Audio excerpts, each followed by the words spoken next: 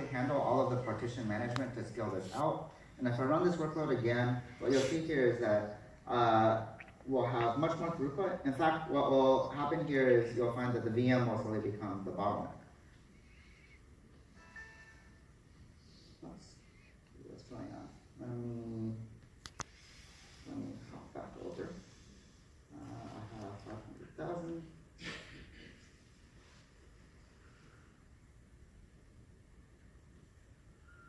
There we go.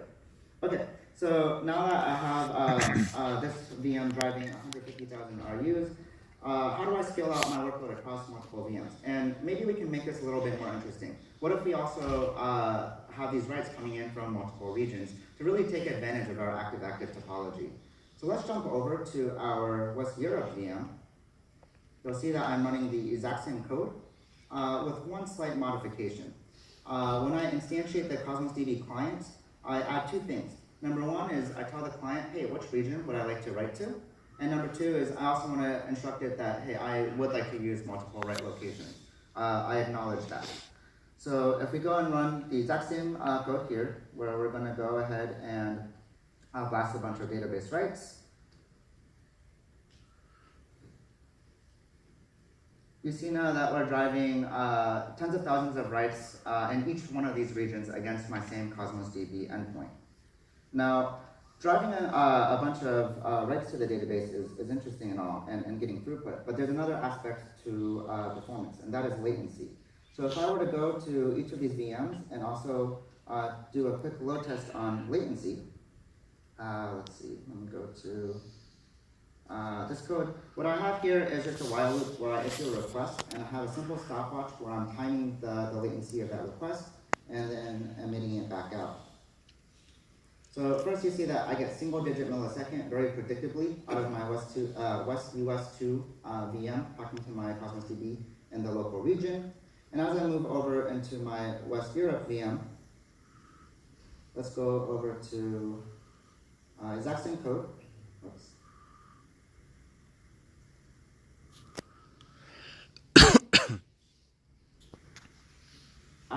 So you see the latency right now is not so great, right? 300 millisecond latency. Well, why did this happen?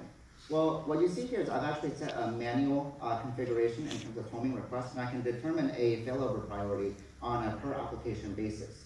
What I've done here is I've intentionally misconfigured my West EU VM to talk to CosmosDB and West US 2, just to illustrate the importance of bringing data closer to where your users are. If I go and bring that data closer to where my users are, I replicate my data to West Europe, and then talk to the exact same instance, but to the local region. Now you can see that no matter what region I am around the globe, I can achieve very, very low latency, single-digit millisecond latency on the exact same data sets. Now, lastly, I want to show you one last kicker. If I have a highly partitioned database that is also highly replicated, one of the big challenges traditionally is how do I manage all of these partitions and how do I manage, let's say, my schema across all of these partitions. If I have a development team that, let's say, says, you know what, I just want to add a new property to my records, and I want to be able to query that. Well, doing an alter tables create index across many partitions, across many replicas, well, there's a bit of management there. Not only that, the business has told me I need high availability. There's no maintenance window. So how do I go ahead and make this a friction-free development experience? Well, the nice thing is CosmosDB itself is a schema-agnostic database with automatic indexing. So let's say here I go into my database. I have a record here. In this case, I'm simulating a video game where I have a bunch of player records in my database. And then let's take a volunteer. Hey, do you play video games? No? Sorry? Oh, does someone here play video games? Yes. Okay, let's add a property to our record. What's a good property you want to add to our player document?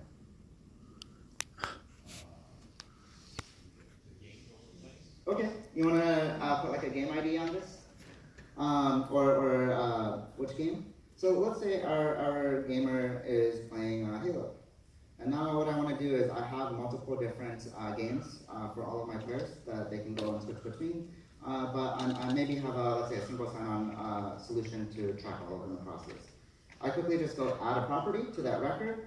I can now go over to a query and then simply do hey, let's take a look at all of the records where I have a record whose game is hero. I'm going to see that with automatic indexing and a schema-agnostic database, I can also make this something that's very, very easy and welcoming to work with. Thank you very much. Thank you. Do you need to take advantage of all the things that